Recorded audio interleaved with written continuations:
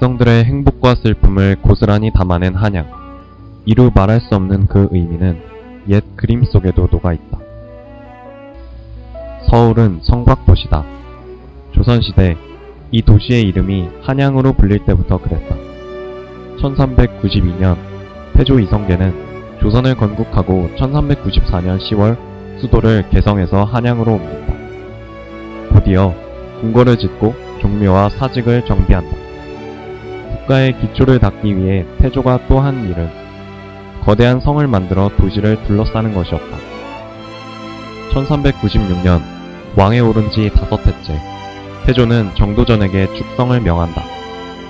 한양은 밖으로는 동쪽의 아차산, 서쪽의 덕양산, 남쪽의 관악산, 북쪽의 북한산의 외사산으로 둘러싸여 있고, 안으로는 동쪽의 낙산, 서쪽의 인왕산, 남쪽의 남산, 북쪽의 북악산의 네 사산으로 둘러싸인 천연의 요새.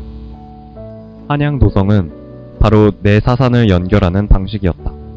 한양을 품은 한양 도성은 경복궁을 중심으로 한양을 보호하는 역할을 했다. 한양 도성은 방어의 역할 이외에도 한성부의 경계를 표시하고 권위를 드러낸다. 1396년 내사산 능선을 따라 축조한 이후 여러 차례 개축하였으며 현존하는 전 세계의 도성 중 가장 오래 무려 514년 동안 도성 기능을 수행하였다. 한양 도성은 4대 산을 축으로 하여 인, 의, 예, 지, 인간의 기본 4덕목과 4계절에 따라 이름 지었다. 북쪽에 숙정문, 서쪽에 도니문, 동쪽에 흥인지문, 남쪽에 숭례문을 두어 도성을 이었다. 겨울을 상징하는 숙정문, 북대문이라고 불리며 종로구 삼청동에 위치한다. 본래 이름은 숙청문이었으나 명칭이 바뀐 계기나 시기는 명확하지 않다. 현존하는 도성문 중 좌우 양쪽으로 성벽이 연결된 것은 이 문이 유일하다. 가을을 상징하는 도니문, 서쪽 종로구 신문로에 위치한다. 1915년 일본이 도로 확장을 핑계로 철거하여 지금은 흔적도 찾기 힘들다. 봄을 상징하는 흥인지문, 동대문으로 유명한 종로에 위치한다. 조선 후기의 건축 특징이 잘 드러나 있어 보물 제1호로 지정되어 있으며 고종 6년인 1869년에 개축하여 현재의 모습을 갖췄다. 여름을 상징하는 숭례문, 국보 제1호이자 한양도성의 정문이다. 화재 사고가 있었지만 2013년 보수공사를 마치고 다시 개방하였다. 서울을 타고 흐르는 한양도성. 아름다운 전경과 함께 한양도성의 역사와 그 모습을 자세히 소개한다.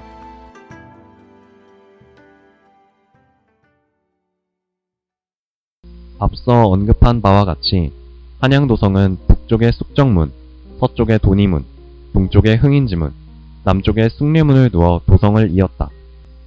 문과 문을 이은 각 5개의 구간을 순서하며 살펴보았다. 백악구간, 창의문에서 백악을 넘어 해화문에 이른다. 한양도성이 백악을 기점으로 축조되었을 만큼 중요한 구간이다. 말 바위를 내려와 성곽길을 따라가면 보이는 와룡공원. 와룡공원은 용이 길게 누워있는 형상을 하여 와룡동이라고도 한다. 백악마루에서 청운대로 내려가는 길. 121 사태 소나무는 수령이 200년 정도 된 나무로 15발의 총탄 자국이 남아있다. 이는 1968년에 백악산과 가까운 청와대를 습격하려 침투한 북한 특수부대원과 남한 군경이 교전한 흔적이다. 흥인지문 구간. 흥인지문에서 광희문을 지나 장충체육관까지 이어진다. 주변 연계 구간으로는 청계천과 평화시장이 있다. 외에도 동대문 디자인 플라자, 동대문시장, 방산시장 등을 만나볼 수 있다. 낙산 구간. 해화문에서 낙산을 지나 흥인지문까지 이른다. 다른 구간과는 다르게 전 구간이 성 바깥에서 걸을 수 있게 조성되어 있다. 야경으로 유명하며 축성과 관련한 글을 새겨넣은 돌인 각자성석도 발견할 수 있다. 근처 이화마을은 낙산 구간 성벽 바로 안쪽에 있다. 지은 지 오래된 주택이 많고 골목도 좁아 낙후지역으로 손꼽히던 곳이었지만 2006년부터 정부 지원하에 예술가들이 건물 외벽에 그림을 그리고 빈터에 조형물을 설치하면서 마을의 이미지가 밝고 화사하게 바뀌었다. 남산 구간. 장충체육관 뒷길에서 남산공원까지 이어진다. GPS로 측정한 서울의 지리적 중심점이 남산의 정상 부임을 확인하고 이를 표시하는 조형물이 설치되어 있다. 남산 팔각정 자리는 조선시대 국사당이 있던 자리이다. 목멱산 봉수대는 조선시대 전국 8도에서 올리는 봉수의 종착점이었다.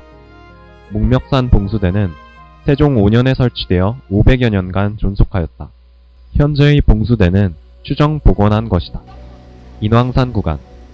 도니문터에서 시작해 인왕산을 넘어 윤동주 시인의 언덕까지 이어진다. 인왕산, 구 사직근린공원 부근의 성곽은 한양도성 전 구간 중 성 안과 성 밖을 모두 살펴볼 수 있는 몇 안 되는 곳이다. 정상에서 치마바위를 지나면 탕춘대성 갈림길이 나오는데 이곳부터는 성 안팎으로 길이 나 있다. 남산 성벽과 인왕산 성벽에서는 옛 시기별 성벽 축조 방식을 엿볼 수 있다. 먼저 남산의 동쪽 능선을 따라 조성된 나무계단길 옆에는 초축된 지 600여 년이나 지났지만 초축 당시의 모습을 유지하고 있는 태조 때의 성벽이 길게 이어져 있다.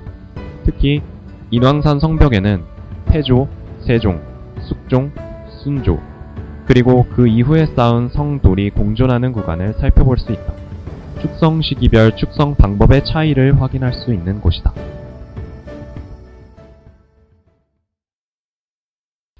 한양도성의 성벽은 시대에 따라 축조 방식이 변화되어 왔다. 크게 태조, 세종, 숙종, 순조 때의 축조 방식이 변화된 점이 특징이다. 태조 때의 도성 축조는 산지에는 석성, 평지에는 토성으로 쌓았다. 또한 농한기를 이용하여 짧은 시일에 전 구간을 축성해야 하는 현실적 제약 때문에 채석과 운반 및 축조의 효율적인 진행을 위해서는 규격이 작은 석재로 자연석을 거칠게 다듬어 쌓았다. 토성은 빗물에 쓸려내리고 골이 파이는 결점이 있고 잔 석재로 축조한 석성도 붕괴되는 곳이 적지 않았다.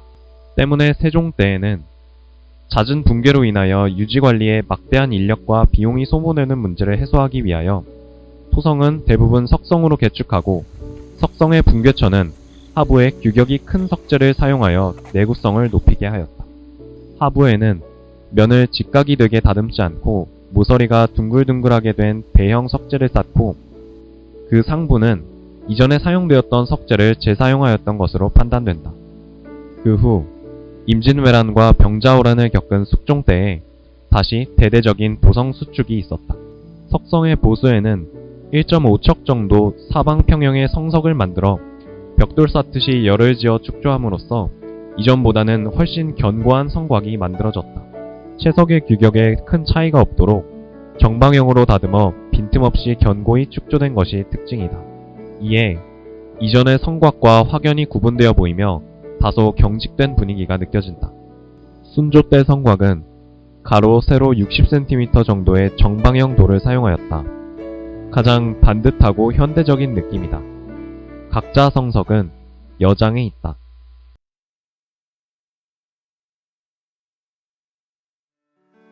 한양도성의 외곽에서 중요한 역할을 수행하는 또 다른 성곽들이 있다. 북한산을 따라 이어지는 북한산성은 경기도 고양시와 서울시에 걸쳐져 있다. 북한산성은 대내외적으로 유사 사례를 찾기 어려울 정도로 축조 당시의 모습을 대부분 그대로 유지하고 있는 문화유산이다. 남아있는 문헌상의 기록들과 전체 길이 및 구간별 현황들이 일치하고 있어 높은 완전성을 보인다. 북한산성 일대는 삼국시대부터 영토 각축장인 것으로 알려져 있을 만큼 천혜의 요새이다. 조선시대 당시 이러한 북한산성 축성에 대한 건의는 세조 때부터 있어 왔지만 실현되지 못했다. 임진왜란과 병자호란을 거친 이후 숙종 때 또다시 북한산성 축성을 놓고 찬반 논의가 일었다. 반대 의견도 만만찮았지만 도성을 중심으로 백성과 함께 새로운 방어 시스템을 구축하고자 한 숙종의 강한 의지를 담아 대규모 축성이 이루어졌다. 북한산성에는 양주 행궁이 있었는데 행궁은 임금이 궁궐 밖으로 행차할 때 임시로 머물던 별궁으로 이궁 또는 행제소라고 부르기도 한다. 북한산성의 양주행궁은 북한산 문고를 두어 실록의 사본, 의궤, 조선 역대 왕들의 옥쇠 등을 보관하였다.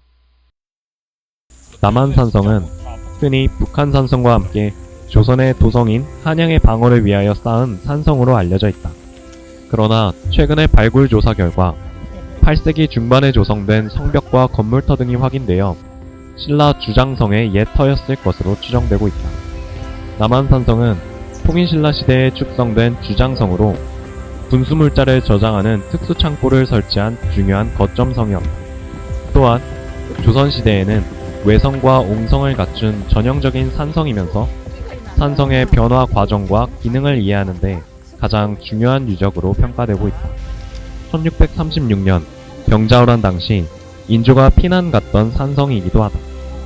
남한산성은 역사 문화적 가치가 높게 인정되어 2014년 6월 카타르 도하에서 개최된 유네스코 총회에서 세계문화유산으로 신규 등재된 우리의 소중한 문화재이기도 하다. 북한산성과 함께 한양의 방패가 된 남한산성.